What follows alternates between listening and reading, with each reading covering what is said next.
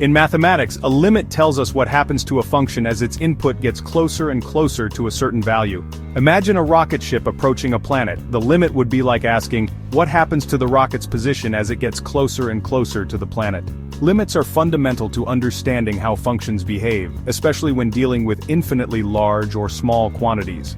They help us analyze the behavior of functions at points where they might not be defined or where their behavior is unpredictable. Think of a telescope. As you zoom in closer and closer to a distant galaxy, you see more detail. The limit is like the ultimate zoom, what you would see if you could keep zooming in forever. Of course, no telescope can zoom in forever, but limits let us explore what happens to functions as their inputs approach infinity or other extreme values. Limits are crucial for finding the slope of a curve at a specific point.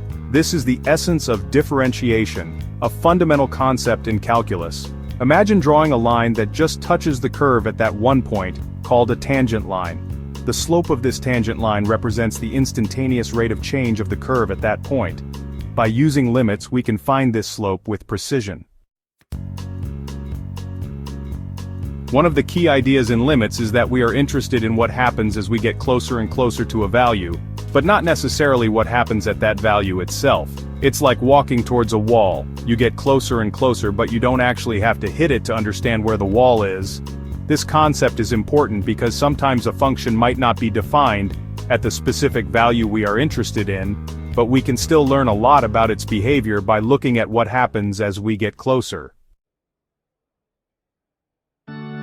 Section 5. The Epsilon-Delta Dance. Mathematicians use a precise definition of a limit called the Epsilon-Delta definition. It's a bit like a dance between two tiny numbers, epsilon and delta. Epsilon represents how close we want to be to the limit, and delta tells us how close our input needs to be to the target value to achieve that closeness. This definition might seem a bit technical, but it's the foundation for rigorously defining limits and proving theorems about them. Section 6. Limits in the real world. Limits aren't just abstract mathematical concepts. They have real-world applications in fields like physics, engineering, and economics. For example, engineers use limits to calculate the maximum stress a bridge can withstand or to model the flow of fluids through pipes. In economics, limits can be used to analyze market trends or predict the behavior of financial systems. Section 7. Unlocking calculus with limits. Limits are the foundation of calculus, a branch of mathematics that deals with continuous change. Calculus is used extensively in physics, engineering, computer science, and many other fields. Without limits, calculus would not exist. By understanding limits, we can unlock the power of calculus to solve complex problems and model dynamic systems.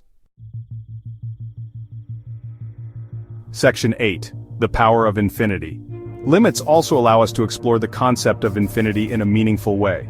What happens to a function as its input grows infinitely large or shrinks infinitely small? Limits provide a framework for answering these questions and understanding the behavior of functions at the extremes. This has profound implications for fields like cosmology and particle physics, where we grapple with the vastness of the universe and the infinitesimal scale of subatomic particles. Section 9. A universe of limits. Limits are a fundamental concept in mathematics with wide-ranging applications in science, engineering, and everyday life. They allow us to explore the behavior of functions, unlock the power of calculus, and delve into the mysteries of infinity. By understanding limits, we gain a deeper appreciation for the elegance and power of mathematics and its ability to describe the world around us.